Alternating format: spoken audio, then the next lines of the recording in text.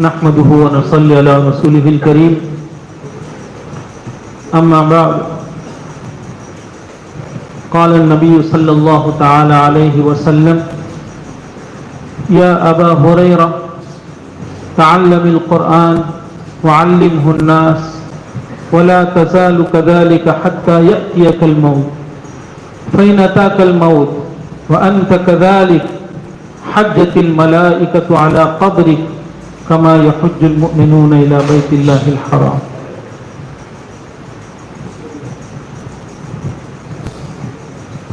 جامعہ کی اس پاکیزہ اور بڑی ہی بافیض درسگاہ میں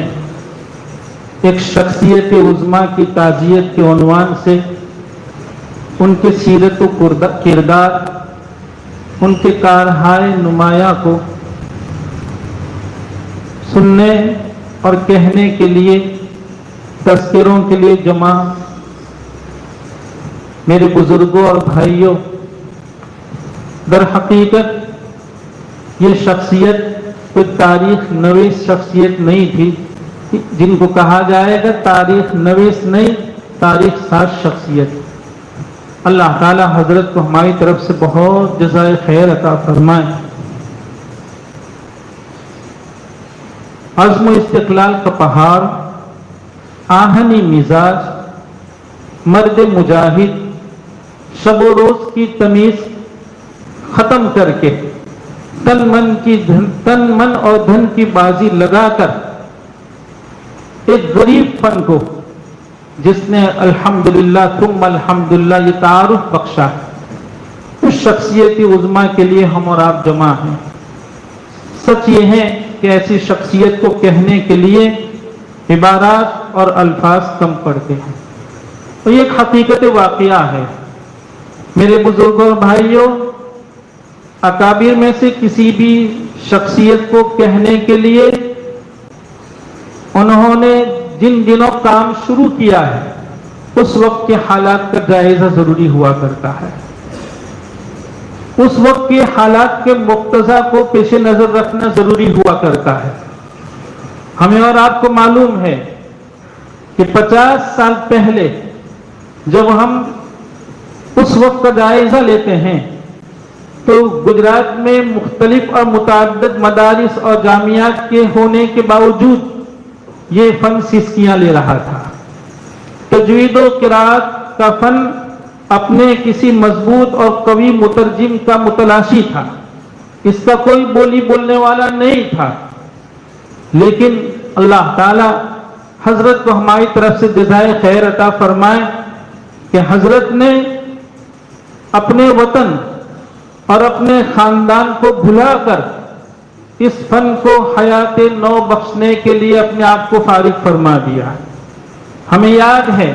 کہ اس زمانے میں مدارس میں اگر روایت حفص رحمت اللہ علیہ کے علاوہ کسی اور روایت میں تلاوت کرنا ہوتا تھا تو عوام تو کجا، خواص کے مجمع میں، مدارس میں، جامعات میں یہ اعلان کرنا ہوتا تھا کہ بھئی یہ بھی قرآن کریم ہے، کوئی صاحب اس کو غلطی خیال کر کے لقمے کی کوشش نہ فرمائے. یہ وہ وقت تھا. اس وقت میں اللہ کے ان برگزیدہ اور ان موفق بندوں نے اس فن کی آبیاری کے لیے اپنے آپ کو بے چین کر دیا، اور انہی کی بے چینیوں کا یہ صلہ و نتیجہ ہے کہ الحمدللہ ثم الحمدللہ جب مدارس میں کسی جلسے میں تجوید و قرات کے فن کی ترجمانی کے لیے صرف 2-3 طلبہ ہوا کرتے تھے، آج الحمدللہ جمع غفیر ہے. اور صرف یہ نہیں ہے کہ وہ مدارس کی ترجمانی کر رہے ہیں، کروڑوں کی لاگت سے بنے ہوئے مساجد کے مصلح خوش الحان اور بہترین مجود قراء کے لیے ترسا کرتے تھے. الحمدللہ ثم الحمدللہ یہ ان مغتنم اور بافیض اور موفق من اللہ شخصیات کا حصہ رہا کہ انہوں نے دنیا بدل دی، انقلاب پیدا کر دیا، اور مساجد کو جن ائمہ کے لیے مساجد کے مصلح ترسا کرتے تھے، آج الحمدللہ جب ایک جوان مصلح پر کھڑا ہوتا ہے تو وہ ہزاروں کی دنیا کو بدل دیا کرتا ہے. مجھے خوب یاد ہے کہ ہم نے آپ کو امتحان دیا اور ہم یہ سمجھتے ہیں کہ مشق سے کتاب کی راہ پر لانے کے لیے جن بزرگوں کا حصہ رہا ہے ان میں ہم بلا تکلف یہ عرض کرتے ہیں کہ حضرت قاری صاحب رحمۃ اللہ علیہ کا بڑا حصہ رہا ہے. آپ امتحان کے لیے تشریف لاتے تھے، لیکن وہ صرف امتحان نہیں ہوا کرتا تھا، وہ ایک تربیت ہوا کرتی تھی. آپ نے فن کیا ہے، کتاب کیا ہے، عبارات کتب کیا ہے، عبارات کتب پر کس طرح گفتگو ہوا کرتی ہے، یہ ساری تربیت. ایک مرتبہ ہم اپنے ایک ٹیم کو لے کر، جب حضرت کے ہاتھ انگلیوں میں جب تکلیف تھی اور تکلیف شدت پکڑ گئی تھی، حضرت کا ہمارے رفیق محترم قاری صاحب کا فون آیا کہ یہ حال ہے. ہم اپنی ٹیم کو لے کر حضرت یہاں حاضر ہوئے عیادت کے. ہم تو یہ خیال کر رہے تھے کہ اتنی شدت مرض کی جب ہے تو حضرت کتنی تکلیف میں ہوں گے، نہ معلوم کتنی دیر موقع ملے گا. لیکن جیسے ہماری حاضری ہوئی، 2-4 منٹ عیادت کے لیے گفتگو ہوئی، کچھ پوچھا، بس فوراً یہ کہا کہ اچھا بھائی وہ کتاب لاؤ. 15 سال سے اللہ کا جو بندہ نہایت الدرایات فی اسانید رجال القراءات کے لیے 15 سال سے جو اللہ کا بندہ سرگرداں ہے، بے چین ہے، ہم نے دیکھا کہ بیماری کی ساری تکالیف کو آپ نے بھلا دیا اور کہاں بھائی وہ کتاب لاؤ، ان کو دکھلاؤ. دیر تک 2 گھنٹے ہو گئے. ہمارے ساتھ ایک شخص وہ آئے تھے جو کسی مدرسے کے مدرس نہیں تھے، لیکن اہل علم سے ان کا تعلق رہا. وہ ہم سے کہہ رہے تھے واپسی میں کہ ڈاکٹر صاحب ہم تو عیادت کے لیے گئے تھے اور وہاں تو کہیں بیماری کا پتہ ہی نہیں چل رہا تھا. یہ وہ شخصیات تھی جنہوں نے اپنے سارے دکھ کو بھلا دیا تھا، ایک ہی دھن ان پر سوار تھی. میں اس موقع پر وقت کی قلت کے تحت علمی زمرے کو عامتاً علمی زمرے کو اور خاص کر کے ہمارے اس فنی زمرے کو یہ پیغام دوں گا اور یہ عرض کروں گا، آپ ہمارے بھائی ہیں، ضرورت ہے اس بات کی کہ ان شخصیات کے پاکیزہ نقوش کو اپنانے کی کوشش کریں اور ان کے خطوں اور ان کے سانچوں میں کسی قیمت کسی انداز میں اپنے آپ کو ڈھالنے کی کوشش کریں.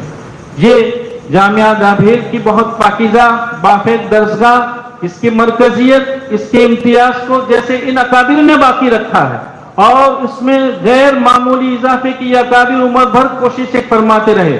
اب یہ ہمارا فریضہ بنے گا کہ ہم صرف فن کی آبیاری نہیں بلکہ ادارے کے ساتھ ہر طرح کی وفاداری، بلکہ آپ بھائیوں سے اور قرات کی برادری سے عام متن ہم یہ درخواست کریں کہ دیکھیے کل تک اللہ کے یہ نیک نفوس بندے تھے، باکمال بندے تھے، فن کی ساری مشکلات کے حل ان کی یہاں ہوا کرتا تھا. اب یہ ذمہ داری ہمارے آپ کے سر آ رہی ہے. اس لیے ضرورت اس بات کی ہے کہ جیسے ہمارے اکابر نے شب و روز کی تمیز ختم کی، راتوں میں دیر تک جاگنا اپنے لیے ضروری قرار دیا اور کتب بینی اور مطالعہ اور جن کا اوڑھنا بچھونا ہو گیا تھا، جن کی طبیعت ثانیہ ہو گئی تھی، اب یہ فریضہ ہمارا آپ کے ذمہ آ رہا ہے. ہم اپنی مسئولیات کو محسوس کریں، خوب مل جل کر اتفاق سے